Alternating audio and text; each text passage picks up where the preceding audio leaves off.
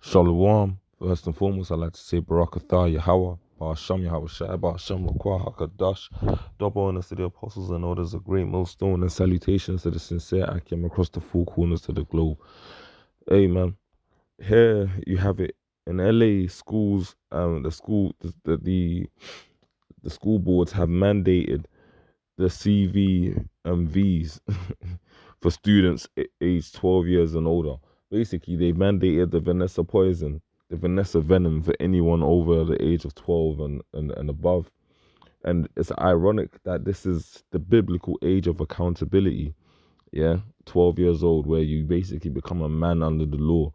The so-called Jew, they are aware of that custom. They celebrate the bar mitzvah, and it's pretty much when the boy becomes of age, man. When he becomes a man according to the scriptures, man. At the age of 12, the age of accountability. Now here you have it in LA and Babylon, the daughter of Babylon, America, on the West Coast.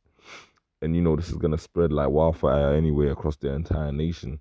They've mandated it to where schools are now going to require the Vanessa Venom for students aged 12 years and older. So imagine that.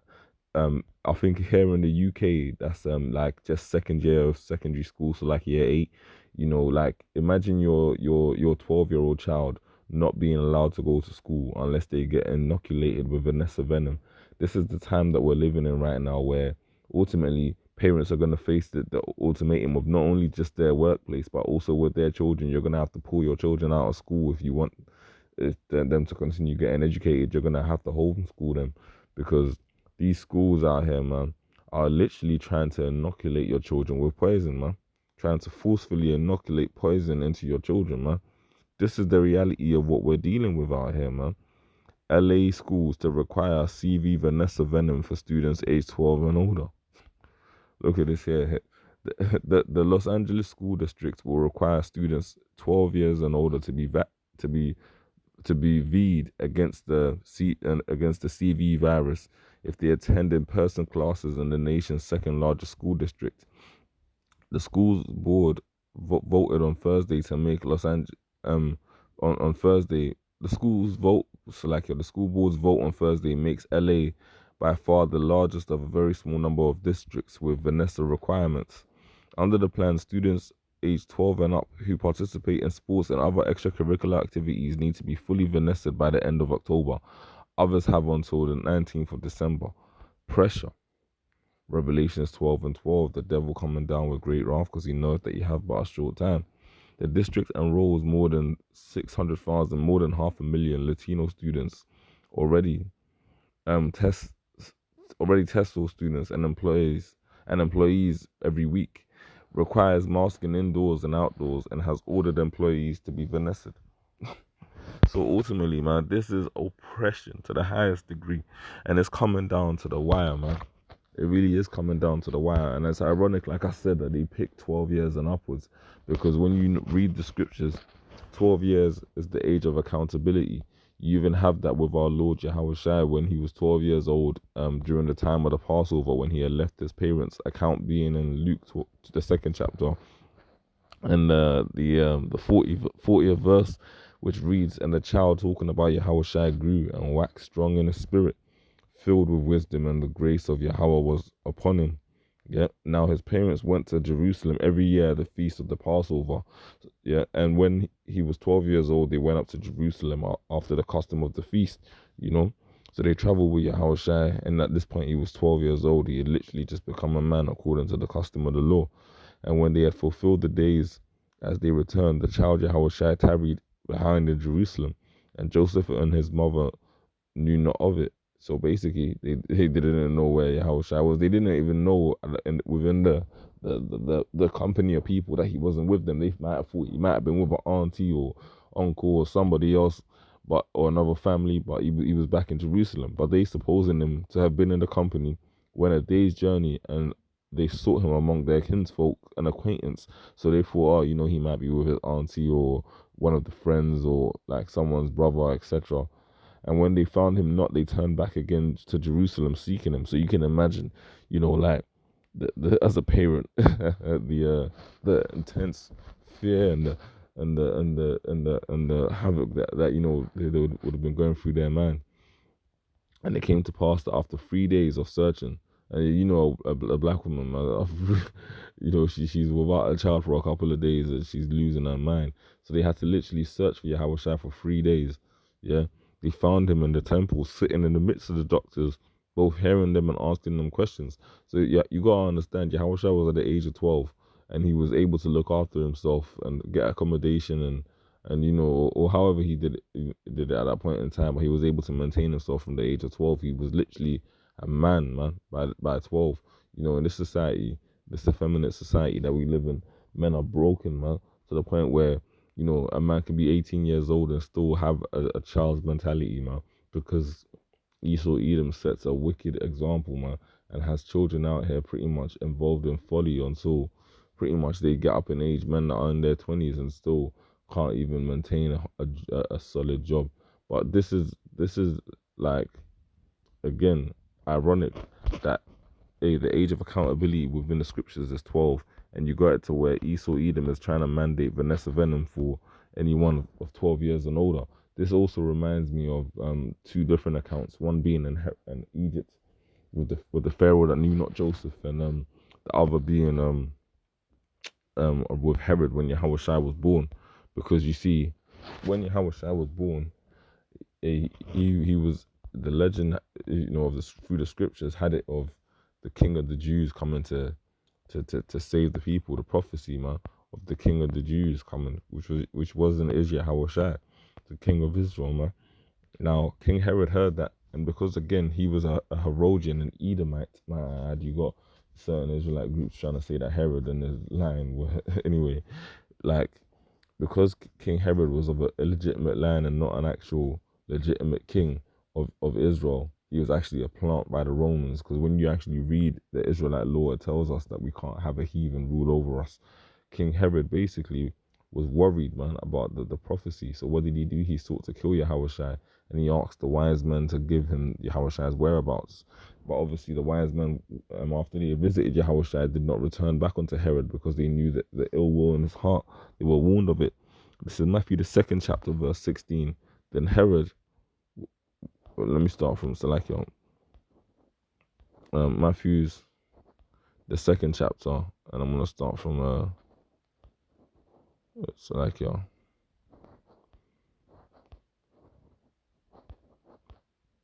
Yeah, let me start from Matthew's the 2nd chapter. We'll start from the top, verse 1. Now, when Yahushua was born in Bethlehem of Judea, in the days of Herod the king, behold, there came wise men from the east of Jerusalem, saying, where is he that is born King of the Jews? For we have seen his star in the east, and are come to worship him. When Herod the king heard these things, he was troubled, and all Jerusalem with him, because Herod knew that he was an illegitimate king. And when he had gathered all the chief priests and scribes of the people together, he demanded of them where Yahushua Mashiach should be born. And they said unto him, in Bethlehem of Judea, for thus is written by the prophet. Because it was the prophecy, and Yahushua fulfilled prophecy to the T perfectly. And thou, Bethlehem, in the land of Judea, art not the least among the princes of Judah, for out of thee shall come a governor that shall rule my people Israel. Then Herod, when he had privily called the wise men, inquired of them diligently what time the star appeared. And he sent them to Bethlehem, and said, go and search diligently for the young child, and when you have found him, bring me word again, that I may come and worship him also. Wicked. When they had heard the king, they departed, and lo, the star which they saw in the east went before them till it came and stood over where the young child was. Look at that. Could have been a chariot more than likely. But they had it to where they were shown exactly where Yahushua was, the wise men. When they saw the star, they rejoiced with exceeding great joy. And when they were coming to the house, they saw the young child with Mary his mother, and fell down and worshipped him. And when they had opened their treasures, they presented unto him gifts, gold, frankincense, and myrrh. And being warned of Yahweh in a dream that they should not return to Herod, they departed into their own country another way. Look at that. And when they were departed, behold, the angel of the Lord appeared to Joseph in a dream, saying, arise, and take the young child and his mother, and flee into Egypt, and be thou there until I bring thee word, for Herod will seek the young child to destroy him. When he arose, he took the young child and his mother by night, and departed into Egypt, and was there until the death of Herod, that it might be fulfilled, which was spoken of the Lord by the prophet, saying, Out of Egypt have I called my son.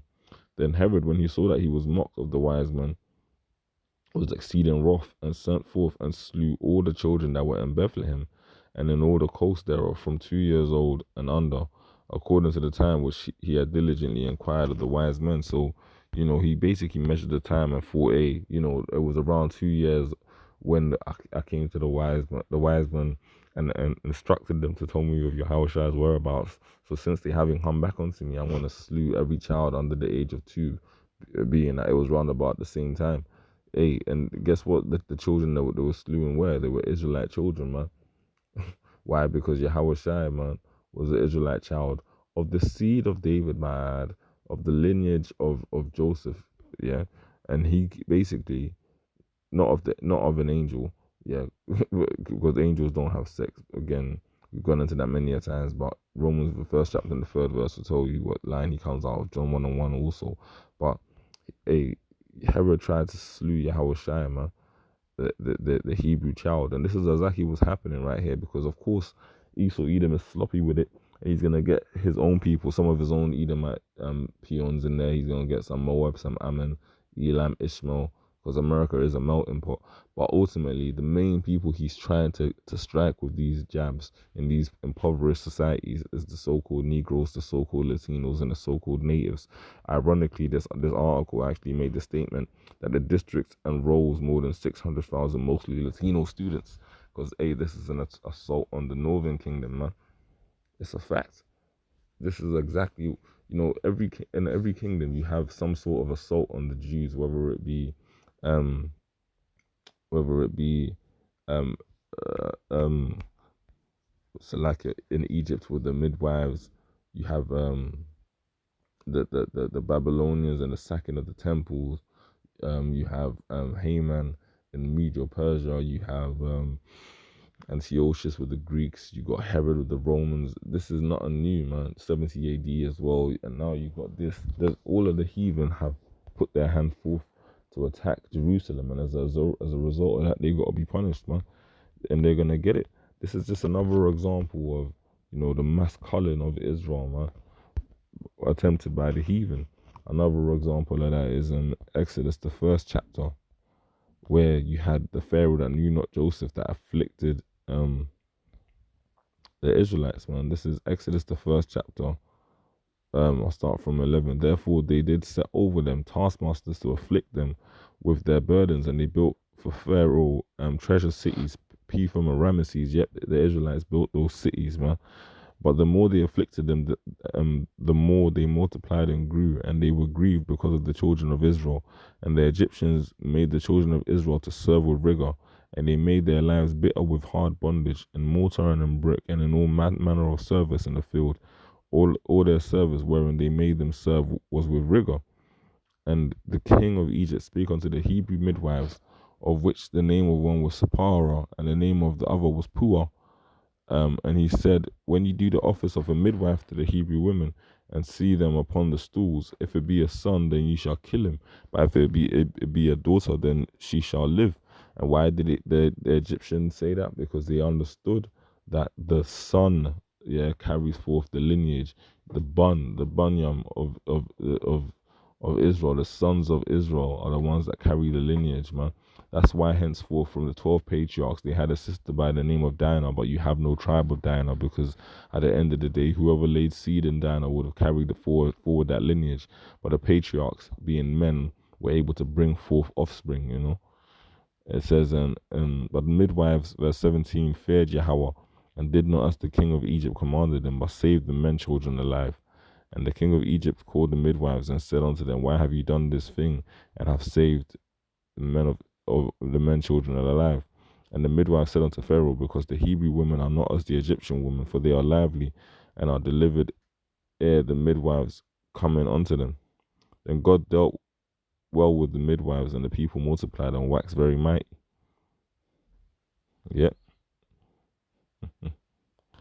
Look at that. And it came to pass, because the midwives feared Yahweh, that he made them houses. And Pharaoh charged all his people, saying, every son that is born ye shall cast into the river.